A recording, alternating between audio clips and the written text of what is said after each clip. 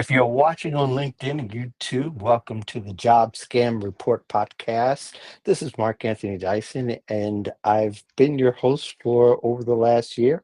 Thank you very much for that experience. We are now found in Apple Music, or should I say Apple Podcasts, YouTube Podcasts, Spotify, and of course on Substack. If you haven't subscribed to my Substack yet, you're missing out.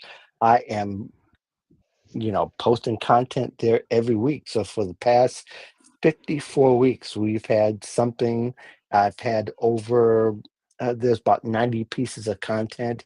There's some that are for the paid community, and there's a whole bunch for the free community. So please join us. It doesn't matter how. Love for you to subscribe.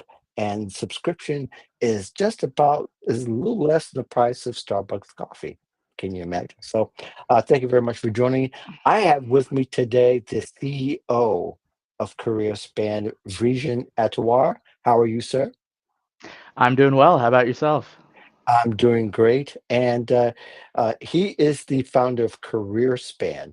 If you haven't taken a look at Career Span, I'm going to let Vrijan go ahead and explain Career Span. What is because you guys toggle on a couple of things there, and I'm very interested in that.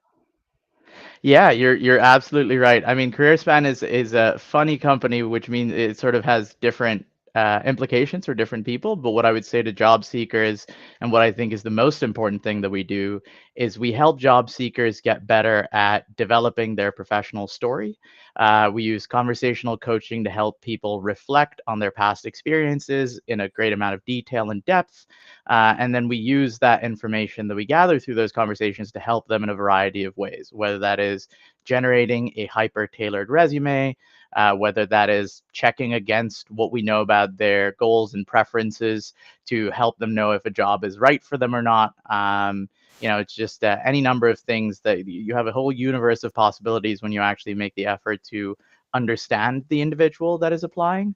And that's sort of the most unique thing about us. And in the near future, we're hoping to start more actively leveraging the stuff that we collect during those conversations to help people directly connect to employers and actually have a higher chance of being selected. So that's us in a nutshell.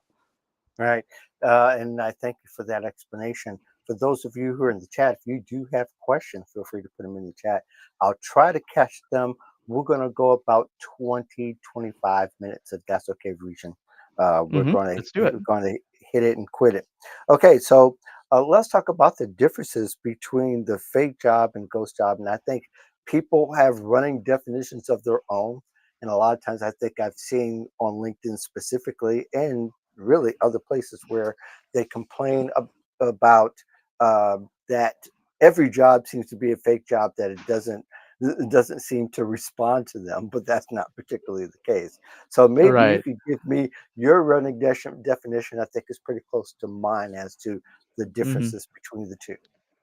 Right, right. Now, this is definitely murky territory because it's so easy to use these terms interchangeably, right? Yes, The right. way that we look at it is one is more explicitly sort of illegal and unethical.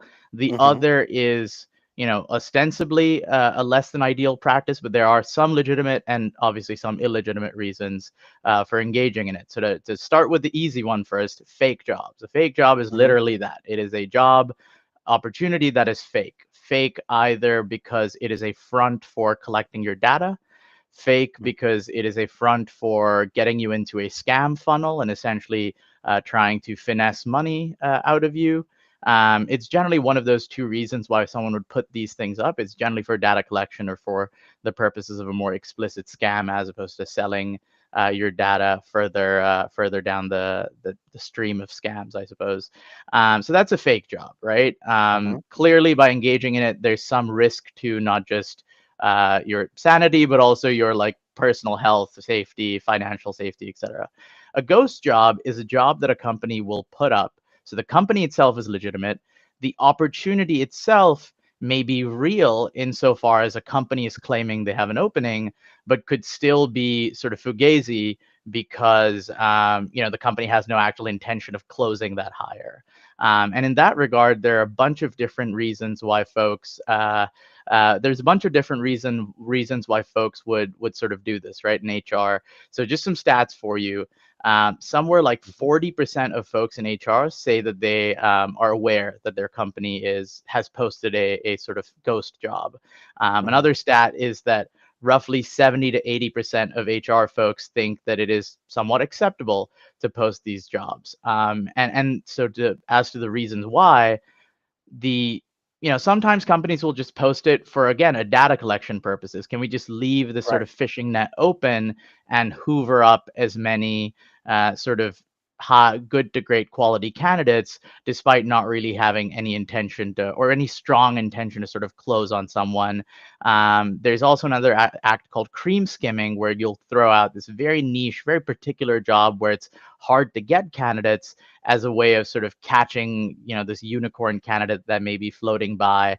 Generally, those jobs will really seem too good to be true in some ways, which is, to be Mhm. fair, also a feature of fake jobs. But at least as far as ghost jobs are concerned, if it's super niche or super suited to you, you might be just someone that they're hoping to snag. Obviously, there's, which I think is understandable, but speaks more so to the reality that HR doesn't have a great way to cultivate talent, right? The way that we look at hiring Right. is very moment in time, time pressured. They don't have a really great way of saying, hey, I just want to loosely keep tabs on these great people, maybe engage with them on an ongoing basis. If they Mhm. had that option, a really easy way to do, which is something that we're actively working on. But if they had that sort of avenue, our feeling is that there would be a lot fewer of these ghost jobs posted. So I'll sort of pause there and go in a direction that you'd like, but that's sort of the lay of the land. Well, and that's a great lay of the land. And I agree with everything that you've seen. I think the data collection has become an asset for Hmm. companies that do it right. Because we've seen even recently that even as broken down as Career Builder and Monster had been, they were Hmm. still able to sell, you know, nine figures.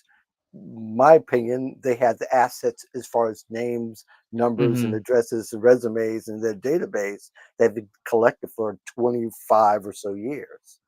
Hmm. Right, exactly. And that's another sort of, I mean, that's a whole separate topic, why these companies Right, seem to be right. tied But to I just these want technologies. But no, I just wanted to validate that. Yeah. right, because companies are they're doing it for more than one, but the long game Uh-huh. definitely serves them for sure. Now, Right. the importance of job seekers understanding from your view the differences between a fake job and a real job. Of course, they've got to do the work first before they Hmm. figure in most cases because the fake jobs are from fake companies to Yep. make it look like a real job as much as they possibly can. And the trend still remains that they even create fake companies with false URLs to take people there. Completely, completely. And I would add to that, and I'm glad we sort of you zoned in on this idea. Hmm. They take advantage of a honest to God, like, stress, desperation response in people. It's clinically proven that psychological pressure, kind of like the stuff that you experience when you're job hunting and you haven't heard back and you're really stressed about, wanting to land a role before your rent comes due. In these situations, folks have a bias towards things that sound too good to be true because they really want them to be true. And there's Right, also the fact that under that pressure, you're sort of, a lot of your cognitive faculties are short circuited because of that stress. Now, what that means is that you look at a job that when you were fully gainfully employed and happy with your life, hmm, you wouldn't even take two looks at. But under this sort, and it's unfortunate because they're intentionally targeting these folks that, in a mechanism very similar to the Nigerian prince scams that we've heard of, right, of the right, 90s and 2000s. hmm, They are, but instead of them being so dumb that they would only really appeal to folks that, sort of would give that quality of writing or that quality of scam a pass, they're right, instead going for folks that are hopeful, right? Because underneath all of that stress is hope that I can actually get a job that I want, that something can really work out for me. So it's a completely despicable sort of activity run by the lowest of the low as far as scammers are concerned, because they're really preying on people's desire to seek out these opportunities. The other thing I would say is your resume is actually a massive vector for personal information, right? We include our Hmm. LinkedIn, we include our phone number, we include multiple emails sometimes, we provide a detailed, essentially biographical information about where we've lived and sort of the companies we worked at. These, the resume, as was pointed out to me recently by someone, is actually just a massive point of failure in our overall data security because we Hmm. do hand it out so freely. And so that's what these fake jobs are reliant on. And it can lead to anything from identity theft to just a sort of classic like referral scam. Well, and the job seeker for the most part can do everything they possibly can to even make sure that they're not putting out there in public, but with the job boards that are available and the data storage breaches that we've had even recently, like Mm-hmm. Workday and some of the many Mm-hmm. others that have happened, it the exploitation goes way beyond what the person's efforts becomes because they put a lot of time in tweaking, make sure it's right and all that. And a lot of times, even though that's overwork, you're Mm-hmm. kind of like in the weight room, you're overtraining, so to speak. You are also have built some things in the resume that make it overexposure. Now I know what the Mm-hmm. arguments are going to Mm-hmm. be because I have colleagues who that's their business. I understand, but still, these days and age, you can't get the information updated enough, like the Mm-hmm. name, having people still putting their addresses on there makes them now two times Mm-hmm. as Yeah. vulnerable than they ever been. So yeah, I think there needs to be something different to make it Absolutely. safer.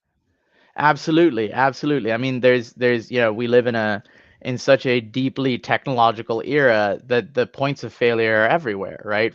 Right. From, the person that you send your PDF resume to, all the way to a lot of these identity companies getting hacked, right? And Hmm. that sucks. I don't want to give my biometric data to some random ass company, Right. frankly. And so I think and those are even companies employed by hired by legitimate employers. So Right. there's just a lot that the modern job seeker needs to be careful of, to take into account. And certainly, I've been such a huge fan of how you are exposing the scam jobs and the fake jobs, because I think that they are, and the ghost jobs, because they are such a scourge and they waste so much of people's time and just make everyone way worse off and unhappier by simply existing. Right. Let's go on the other side. Let's say Uh we huh. have successful job candidates that get hired. Now, um, would in my opinion, I know what my opinion is. I want to hear what Uh yours huh. is about the candidates, making sure or being able to ask how companies are keeping their employees safe from possible fake employees and data Hmm. breaches and keeping their information safe because once they become an employee they're even more vulnerable because they're giving financial information at that particular point. Right, right. And I think partially there is a lot of belief in the baseline enterprise software that is used. And I Hmm. think some of it rightly so, right? Like the biggest companies Right. also have the most to lose. And so, for a work day, I mean, the size of the lawsuit they're about to see is incomprehensible, Right. right? For leaking that kind of data. And so I think Hmm. that even though it does happen as evidenced by that example, I think there is largely in companies a belief that if you sort of administer stuff right, you get relatively strong security results.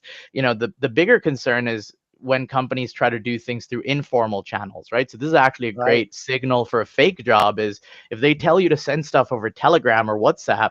I mean, be a little suspicious.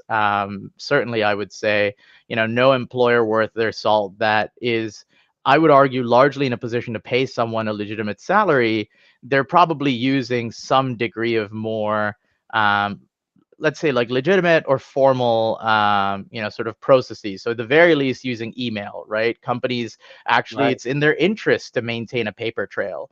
And so, even though email seems sort of pretty casual, that I would say is more in the realm of what is acceptable as far as, hey, apply through this. But then, there's also sort of little things like looking at the actual address. And when I say address, I mean clicking into the to field and sort of seeing what is the specific email address and sort of domain slug that is Hmm. attached, because that's a really easy way. It's very easy to change the name of the sender as is rendered by your app, but it's much harder to change the actual email itself.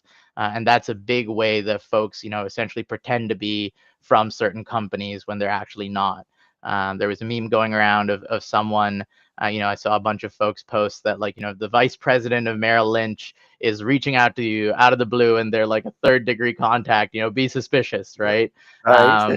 So I think that that is the exercising of good sort of critical faculties, and being confident as an employee that, hey, the way I'm sending this information to you is not actually safe. Like, can we go through a much more secure channel? This is my personal private information.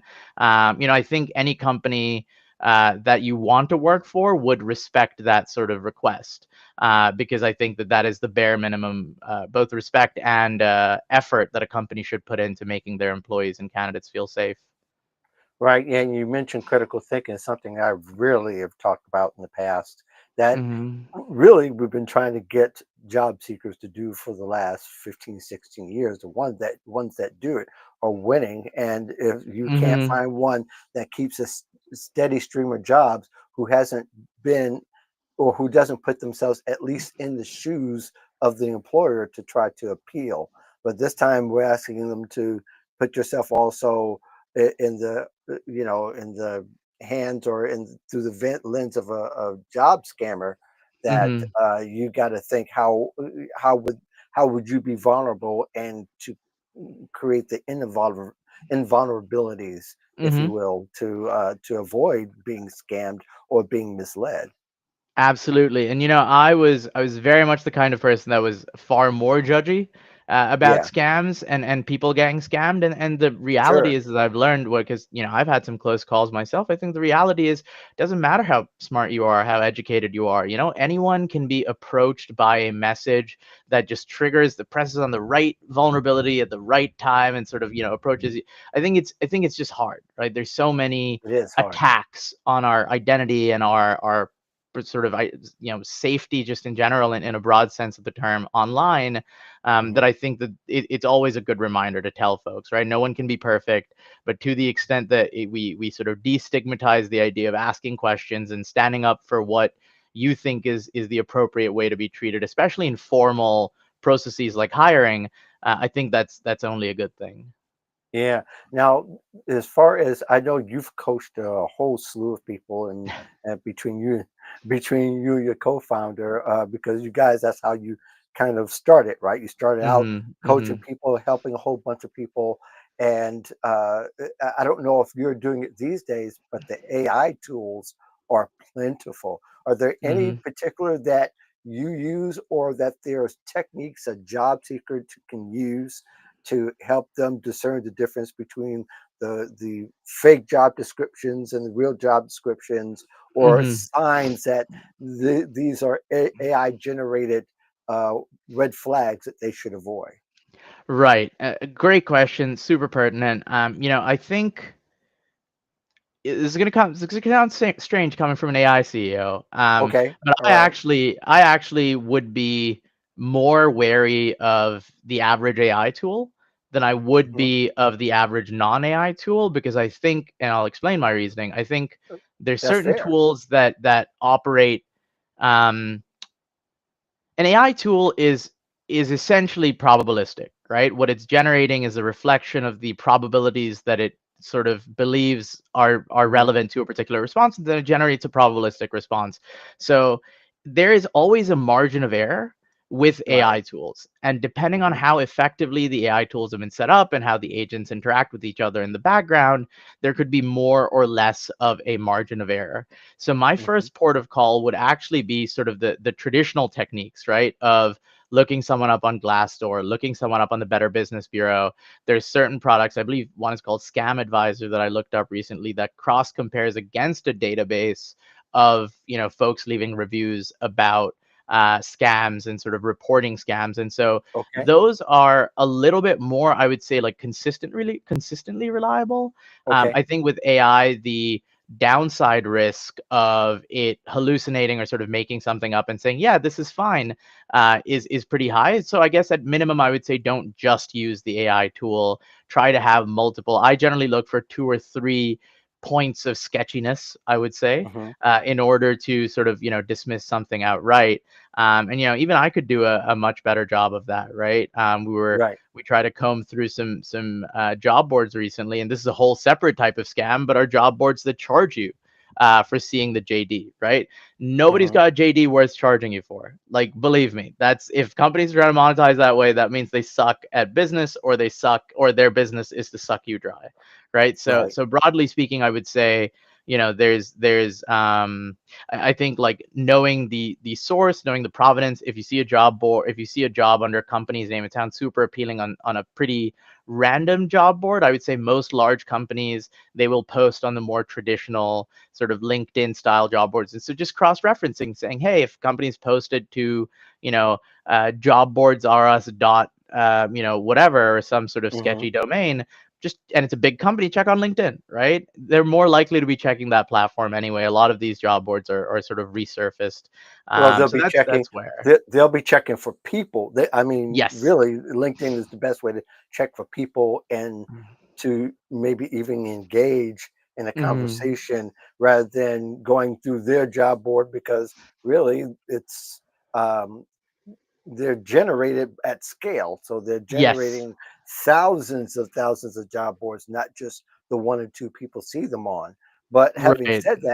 having said that though, there's something to be said about the job boards that are just aggregating all these job boards into Mm-hmm. one and saying this is a great place when you don't know and don't know how to check to see if a job is legitimate.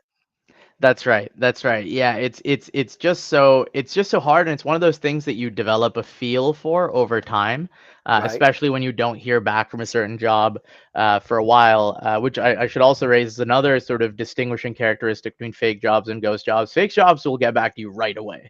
They will be right, the happiest people on the planet. I mean, that's part of the psychological manipulation, right? right. But Hmm. that's something to be wary of as well.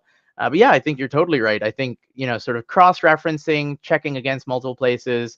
It's no longer enough to know if companies have a domain. I could spin up a pretty compelling website in minutes on one of these AI tools, right? So Sure. so we have to be adapting to where technology is as well. Now the standard really should be, hey, do they have legitimate thieving employees on LinkedIn, right? Yep. Basically, every Absolutely. legitimate company will have a LinkedIn page. Check on that. Even if it isn't maintained, see if people are actively linking themselves to that company as employees, because that's another sort of great way to tell.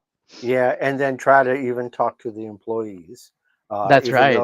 even though you gotta look at it again from through the eyes of skepticism first, not Hmm. validation first. Hmm. So that's it's becoming much more work now up Hmm. front before they even start. Absolutely. In fact, hey, you could do one better. Look at ex-employees, right? Which generally there's a bias towards Yes. hearing maybe some slightly more negative stuff, but frankly, you should Hmm. probably know that regardless. But there's also, those folks have no reason Right. to be supportive of that company, right? So if they Right. point out sketchiness in the hiring process, that's a clear signal. Yeah, yep. This is great stuff, Vision. Thank you very much for joining us here on the Job Scan Report. Did you want Yeah, to my add pleasure. anything? Did you want to add anything before we sign off? No, no, just really appreciate your time. I think the main thing that I would sort of tell folks is, again, be wary of AI solutions to your job hunting problems. Again, I say Hmm. that as someone that's very confidently willing to put his tool up against others, but it's saying that more broadly because there is a lot of stuff that in this sort of space that doesn't actually move the needle. And so being really critical, looking at other reviews, looking for social signals. I think those are really important things in this age of AI, because the bad AI tools can actually hurt you more than help. That's great. You've been listening to Vision Adawar of career span. I want to say span career, but career span. And people can find career span at www.mycareerspan.com. very good. Don't forget to put the my Hmm. careerspan.com. And thank you to the rest of you for joining us. A lot of people are going to catch the replay. They'll catch Hmm. it on YouTube. And you could just find me, Mark Anthony Dyson. In the meantime, thank you much for joining me and stay scam free. Stay scam free, y'all.